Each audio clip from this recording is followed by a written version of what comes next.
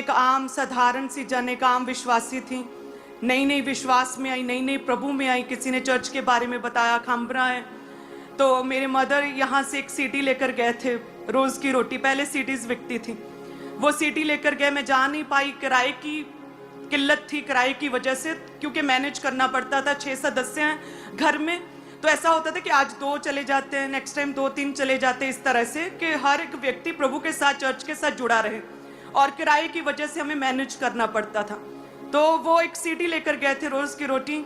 और जब मैं अपने स्कूल से, कॉलेज से वापस आई तो मेरी मदर ने वो टीवी में लगाई हुई थी, और उसमें प्रभु के दास कह रहे थे, धन्य हैं वे जिनके मन शुद्ध हैं, क्योंकि वे परमेश्वर को देखेंगे। सबसे पहली बार अगर मैंने डिजिटली प्रभु के दास को सुना था ना, तो वो यही वचन था।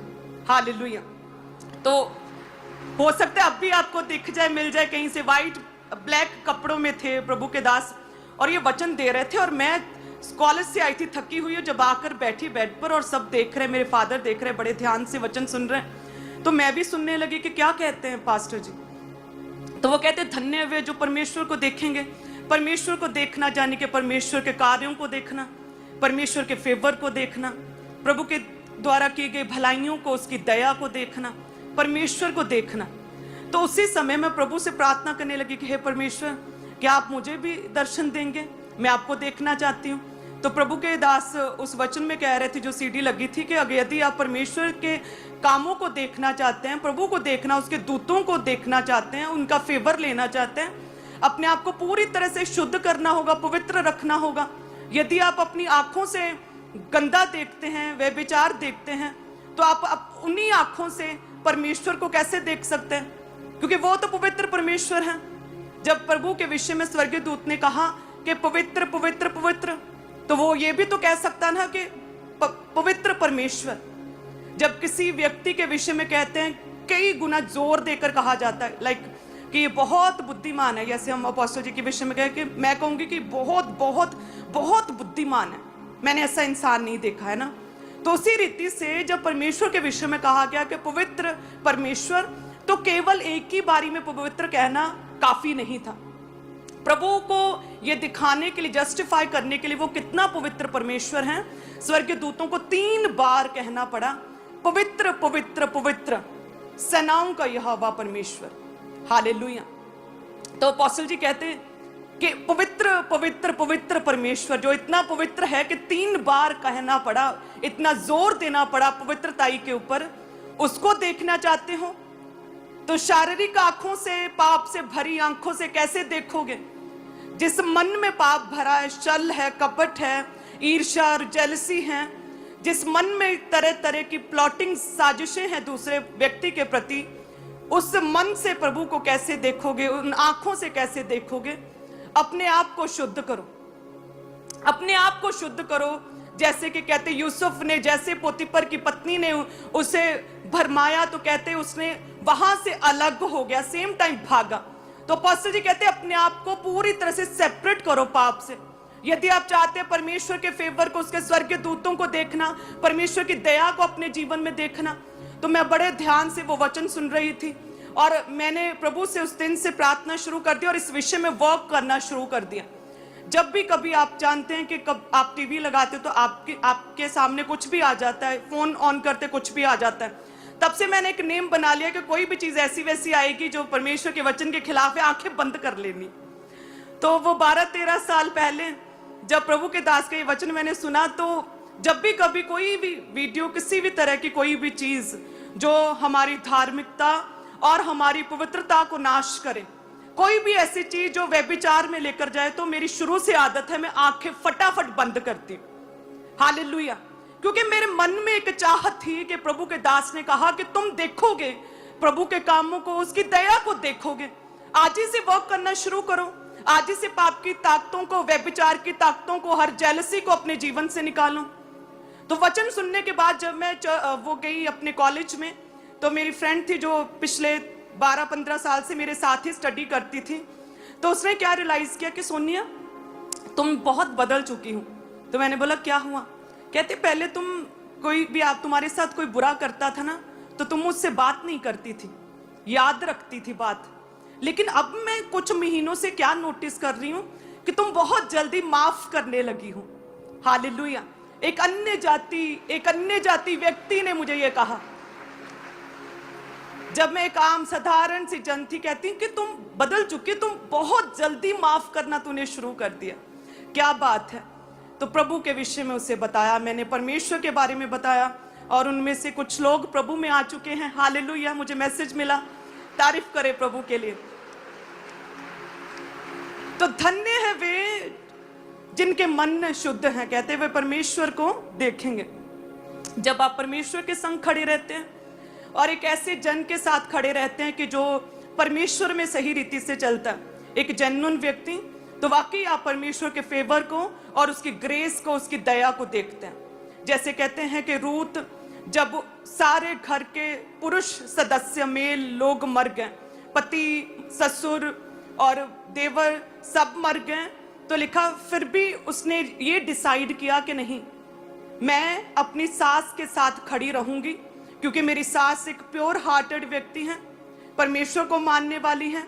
इसने कभी भी मेरे साथ कोई भी बुरा नहीं किया, इसने कभी मेरे साथ कोई भी पक्षपात नहीं किया है, इसने अपनी बेटी की तरह मुझे रखा है, मैं इसके साथ बनी रहूंगी।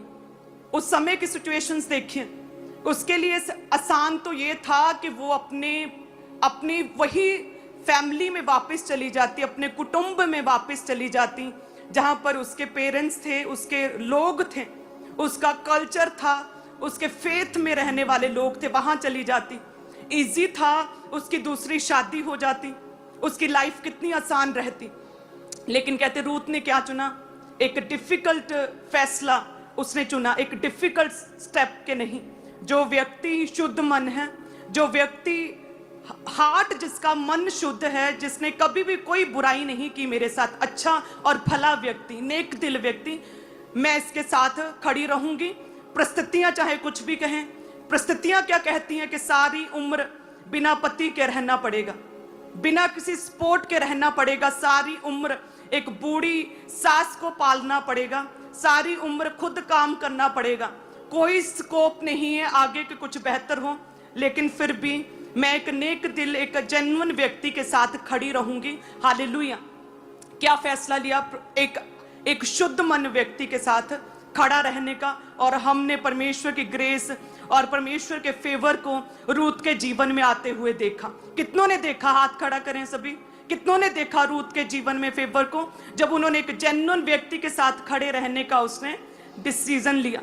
सो उसी रीति से जितने भी लोग परमेश्वर के साथ खड़े रहते हैं, प्रभु में बने रहते हैं, प्रभु के सच्चे दासों के साथ खड़े रहते हैं, एक ऐसे जन के साथ खड़े रहते हैं जो कि पूरी तरह से शुद्ध मन होकर प्रभु में चलता, पूरी शुद्धता के साथ, पवित्रताई के साथ चलता है, जिसका मन परमेश्वर में लगा हुआ है और जिसके साथ परमेश्वर स्वयं खुद है।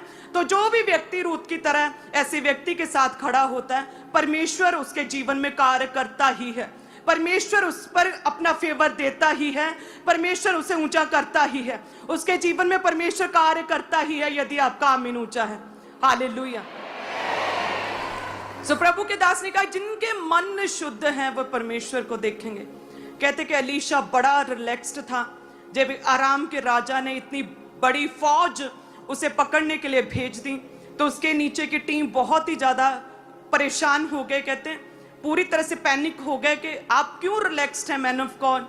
देखिए आराम के राजा ने कितनी सेना, कितने लोग तेरे विरुद्ध खड़े कर दिए। एलीशा रिलैक्स्ड था, एलीशा पूरी तरह से सेटिस्फाइड था, वह आराम में था और उसके चेहरे पर स्माइल थी, वो पैनिक सिचुएशन में नहीं था। ऐसा क्यों? क्योंकि उसकी आंखें क्या थी? खुली थी। क्योंकि उसका मन क्या था? शुद्ध था। एक शुद्ध मन व्यक्ति विपरीत परिस्थितियों में परमेश्वर से सुनता, प्रभु क्या कहता है, और उसे वो चीजें दिखती हैं जो अन्य लोगों को नहीं दिखती। उसे पता है कि जो इनकी ओर है ना, उनसे अधिक तो वो है जो कि मेरी ओर है, तो मैं रिलैक्स रहता हूं। हालेलुया।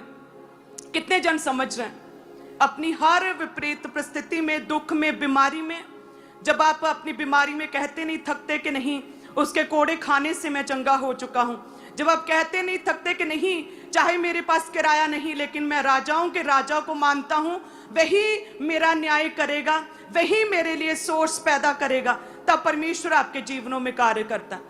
तब जो वो सीडी में प्रभु के दास ने कहा कि जिनके मन शुद्ध है वो प्रभु को देखेंगे, तब से मैंने बड़ा ही स्ट्रिक्ट कर लिया अपनी लाइफ के, आज से सोशल मीडिया बंद। कितने साल पहले मैं कंप्यूटर की स्टडी करती थी, पॉसिबल नहीं था कि हम सोशल मीडिया से सेपरेट हो जाएं। C++ लैंग्वेजेस, कंप्यूटर लैंग्वेजेस की स्टडी और वेबसाइट्स बनानी पड़ती थी।